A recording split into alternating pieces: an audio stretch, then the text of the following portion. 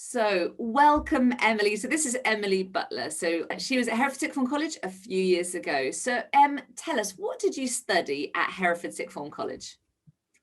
So when I was at sixth form, I studied English literature, French and religious studies. And then I also did our AS in first year. And then what did you go on to study? So at University of Birmingham, I continued with English literature for my BA. And so when you were at college, did you always know you wanted to go on to do English, or tell us about how you chose from your A levels? Actually, I think when I was at high school and I did GCSE, I really loved English. It was my favourite. And I'd always loved reading and whatnot. But then I struggled quite a lot with first year English literature at A level.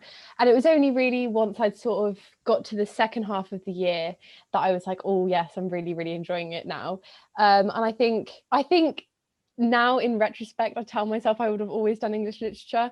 I can't really imagine myself having done anything else. And then how did you choose where to go to university? Because you were unbelievably bright. So tell me about, how did you decide to go on, and how did you decide to go to Birmingham?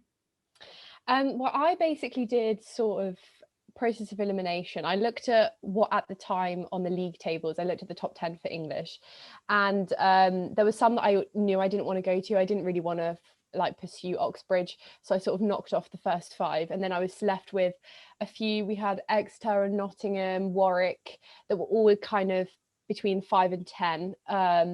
And I just kind of visited the unis, sort of got a feel for them. I almost went to Warwick actually, and to be completely honest, I chose Birmingham because, well, I was familiar with the city anyway, because I was going up there a lot during sixth form. I think it also had to do with the fact that I enjoyed the fact that it was a city uni as well, because like I said, I did almost go to Warwick and I was a little bit put off by it being solely a campus uni. The campus is still one of my favourite ones I've ever visited.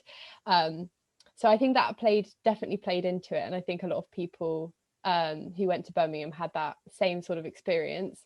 But I mean, of course, when my grades came in, I would have been fine wherever I went. But it was just Yes. more for the sort of security throughout A levels.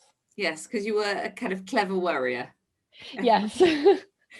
Good. And so you got these unbelievably incredible results. You went to Birmingham, and then tell me about the course. What's Birmingham like for English? I think honestly it was fantastic. I think there's not really been very many professors or any modules that I thought were duds. I genuinely think almost all of my experience of English has been fantastic. What I also just loved about Birmingham was they were just so flexible with new ideas about English. There was lots of modules where talked about diversity, and it was quite interdisciplinary. So my dissertation, I actually looked at Twilight. So, and there were, I know, which is very funny, but I mean, I got a first on it, so it's okay. Who knew? But that's a perfect example about why Birmingham was fantastic, because I took so-called a lowbrow text and I was able to bring it into the academic. I did an entire module this year on romance novels, the history of romance novels in the modern era. And it's just fantastic. And just, I never really had any kind of snobbery from the professors about this topic. Immediately there was just absolute respect. And I just thought it was fantastic, because it just sort of, I don't know, destabilize that kind of academic snobbery that you can find, especially like an old subject, I think, like literature. So yeah, I just really loved it, and I felt that I did a lot of post-colonial studies throughout my degree. I focused a lot on post-colonialism, and I just thought the way they taught it was just really great. And I think there was a good balance of being very welcoming and encouraging, but also pushing your thinking. So I just found it a nice environment to be around. So it sounds like it's offered you a lot of flexibility and that kind of interdisciplinary nature, which you were always quite like at sixth form as well. You weren't kind of set in one particular path, where you quite kind of enjoyed the interplay between your different subjects. Yeah. What are you going? So first of all, actually, tell us about, you just found out your grade. So what have you got? So not only did you get some stupendously great A levels, what have you just found out? So I did get a first overall, which was great. And what I was more proud of was that I got a first on the dissertation itself. So that was quite nice. I think that was nice. I feel like this year COVID was quite interesting because I'm not really sure. Well, I mean, I would hope that I would have still got a first without COVID, but I think because there was nothing really else going on extracurricular wise, I did just have time to sort of sit and study and really conduct my research. And I really enjoyed the process, actually. I really enjoyed the research. So I think that had a lot to play into it, but I think also I just worked quite hard this year, so I'm glad it paid off. That's absolutely amazing. And so what are you going on? Often people kind of say, what are you going to do with an English degree? What are you thinking of going into next? And kind of what are your thoughts after this stage?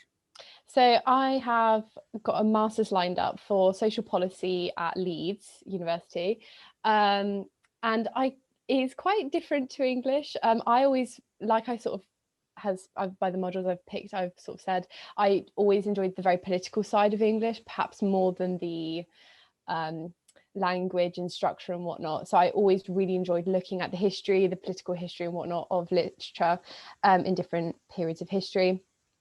And so I kind of wanted to go in that sort of more political area, but obviously I didn't do a politics degree or anything. So I thought, well, social policy might be a good practical master's to get me perhaps a job in the civil service, or I'm not sure whether it's possible, but maybe government working in that sort of direction. So that's what I'm aiming for, but I suppose we'll have to see how it goes. Absolutely good.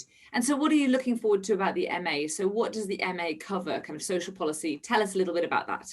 There's a lot of the practical aspect of making policy, but also they have optional modules to do with migration, colonialism and whatnot, which is, I think, probably what I will veer into.